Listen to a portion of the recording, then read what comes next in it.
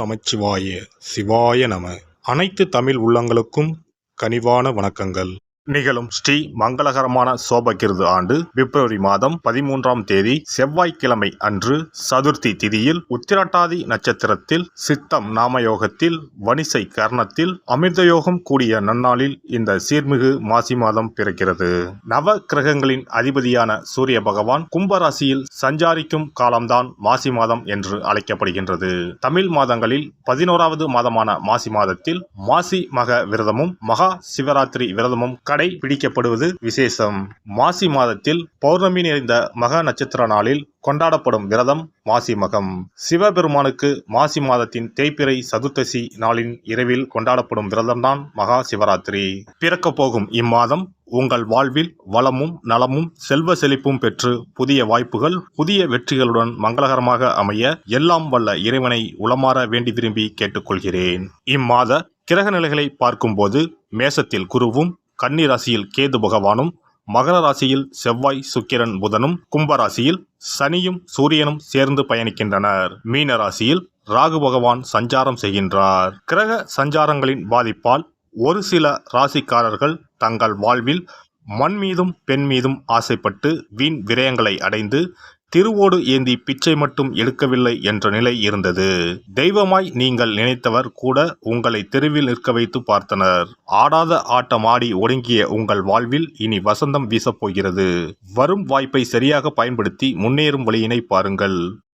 ரிஷபராசி அன்பர்களுக்கு கார்த்திகை 2, 3, 4ஆம் பாதம், ரோகிணி, மிருகசீரிடம் 1, 2ஆம் பாதம் நட்சத்திரங்களில் பிறந்தவர்களுக்கு இந்த மாதம்தான் உங்களுக்கான யோக கிரகங்கள் அனைத்தும் எல்லாவித சௌகரியங்களையும் ஏற்படுத்தி வாழ்க்கையை ஒழுங்குபடுத்தும். மாதம் தொடங்கி 2வது வாரம் முடிவதற்குள் வளர்ச்சிகளும் இனிமைகளும் ராசிக்கு 10ஆம் இடத்தில் அமர்ந்திருக்கிற யோகாதிபதியான சனி பகவான் மூலம் உண்டாகும். ராசிநாதனின் பலமும் அதிகமாக இருக்கிறது. செவ்வாயின் பலமும் ஏக தூக்கலாக சுழல்கிறது. ராகு கிரகத்தின் சஞ்சாரம் பிரமாதமாக இருக்கிறது. இதனை வைத்து துணிச்சலாக ஒவ்வொரு விஷயத்திலும் இறங்கி அதற்கான சாதகங்களை பண வரவை இனிமையான சம்பவங்களை சந்திக்கலாம்.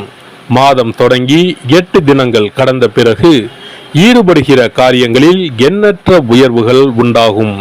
12இல் அமர்ந்திருக்கின்ற குருகிரகம் மட்டும் 11 தினங்கள் வரை கெடுபிடிகளை ஏற்படுத்தும்.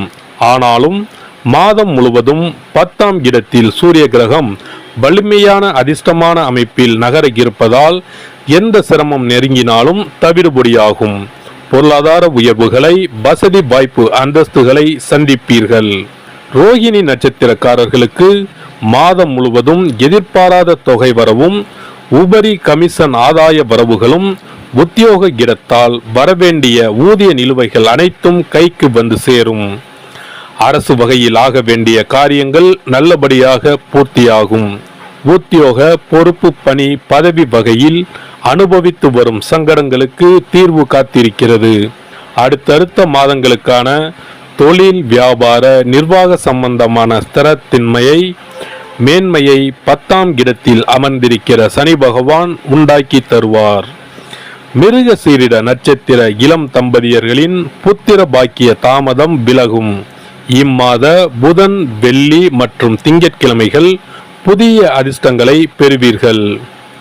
பெண்களுக்கு குடும்ப ரீதியான அல்லல்களுக்கு தீர்வு ஏற்படும். வயிற்று வலி, மாதவிடாய் கோளாறுகள், கிறுகிறுப்பு, கை கால்களில் குடைச்சல், வலி சோர்வு ஆகியவை உடலை வருத்தும். திருமண வயதில் உள்ள பெண்களுக்கு வரன் அமைவது தாமதப்படும். வேலைக்கு சென்று வரும் பெண்மணிகளுக்கு நன்மைகள் உண்டாகும். மாணவர்களுக்கு சகோதரர்களால் அதிக ஒத்துழைப்பு கிடைக்கும். விவசாயிகள் புதிய லாபத்தை அடைவார்கள். கலைஞர்களுக்கு துறை சார்ந்த வகையில் சிக்கல்களில் இருந்து வெளிவரப் போகிறீர்கள். அரசியல்வாதிகளுக்கு கட்சி மேலிட ரீதியான கட்டளைகளை தவிர்க்க கூடாது. பத்திரிகைகள் உங்களுக்கு ஆதரவாக செய்திகளை வெளியிடுவார்கள். நாட்டின் இன்றைய அரசியல் நிலைமை பற்றிய உங்கள் கருத்துக்கள் மக்களை கவர்ந்துவிடும். உங்கள் பொது கூட்டங்களுக்கு நல்ல கூட்டம் வந்து சேரும். வழக்குகள் இருப்பின் நீடிக்கும். வியாபாரிகளுக்கு வர்த்தக துறையில் சிறந்த முன்னேற்றத்தை காண்பீர்கள். இருப்பினும் அதிக அலைச்சலையும் வெளிமாநில பயணங்களையும் உழைப்பையும் கொடுத்தே லாபத்தை சம்பாதித்து கொடுப்பார்கள். குறைந்த அளவில் முதலீடு செய்து புதிய முயற்சிகளில் ஈடுபடலாம். சில்லறை வியாபாரிகளுக்கும் கூட லாபகரமான மாதம் இது. பரிகாரங்கள்: இம்மாத வெள்ளிக்கிழமைகளில் ஏகாதசி தினங்களில் ஸ்ரீ பெருமாள் தெய்வ வழிபாடு செய்யவும். சுக்கிர கிரக பிரீத்தி செய்து கொள்ளவும். சிறப்பு பரிகார கோவில். திருமணம் தடைப்பட்டாலோ அல்லது நீண்ட நாட்கள் திருமணம் ஆகாமல் இருந்தாலோ சிறுவாபுரி பாலசுப்பிரமணிய சுவாமி கோவிலை நாடினால் பலன் உண்டாகும். நம் பிரார்த்தனை நிறைவேற சிறுவாபுரி முருகன் கோவிலுக்கு தொடர்ந்து 6 வாரமும் ஏதாவது ஒரு கிழமையில், அதாவது 6 வாரமும் முதல் வாரம் வந்த கிழமையிலேயே தொடர்ந்து அடுத்த 5 வாரமும் வர வேண்டும். வரும் நேரமும் ஒரே மாதிரியாக இருக்க வேண்டும். காலை என்றால் ஒவ்வொரு வாரமும் காலையிலே வர வேண்டும். மாலை என்றால் ஒவ்வொரு வாரமும் மாலையிலே வர வேண்டும். திருமணம் ஆக வேண்டிய நபர் 6 வாரமும் வாரம் ஒரு நாள் என்று 6 தடவைகள் தொடர்ந்து வந்து சிறுவாபுரி பாலசுப்பிரமணிய சுவாமியை வழிபட திருமணம் விரைவில் அமையப்பெறும். திருமணம் ஆக வேண்டி ஆண்டவனிடம் பிரார்த்திக்க வருபவர்கள் வள்ளி மணவாள பெருமானுக்கு அர்ச்சனை செய்து வர வேண்டும். 6வது வாரம் 6 அர்ச்சனைக்குரிய பொருட்களுடன் வந்து மரகத விநாயகர், மூலவர், வள்ளி மணவாள பெருமான், அண்ணாமலையார், உண்ணாமுலையம்மை, ஆதிமூலவர் ஆகிய தெய்வங்களுக்கு அர்ச்சனை செய்ய வேண்டும். வள்ளி மணவாள பெருமாள் சன்னதியில் தரும் மாலையை திருமண மாலையாக எண்ணி அணிந்து 6 முறை ஆலயத்தை சுற்றி வர வேண்டும். பின்னர் மாலையை வீட்டிற்கு எடுத்துச் சென்று திருமணம் நடைபெறும் வரை பாதுகாத்து வணங்கி வர வேண்டும்.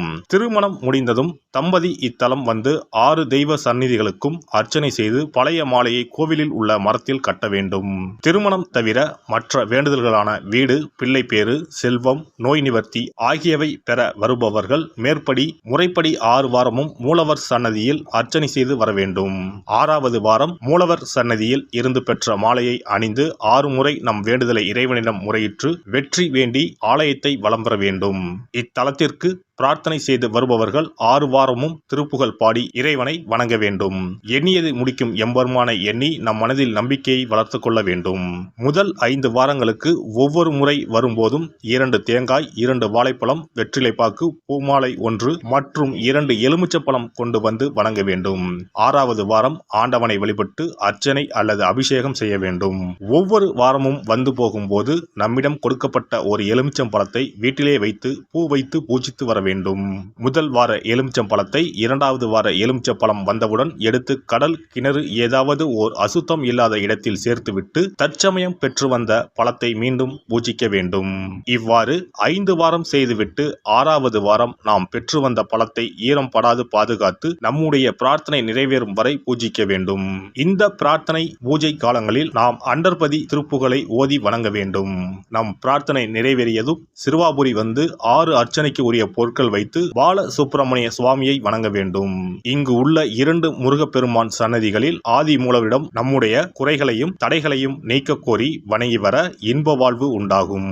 இத்தலத்தில் பிரார்த்தனை செய்து வருவோர்கள் முதல் வாரத்திலோ அல்லது தொடர்ந்து வரும் வாரங்களிலோ பலன் பெறுவது உண்டு. ஒருவருடைய நம்பிக்கை மிகுந்த பிரார்த்தனை அவரின் காரியத்தை மிக விரைவில் முடித்து வைக்கும். எல்லாம் வல்ல இறையருளால் நீங்களும் உங்கள் அன்பு குடும்பமும் உடல் நலம், நீலாயுள், நிறை செல்வம், உயர் புகழ், மெய்ஞானம் ஓங்கி வாழ்க வளமுடன்.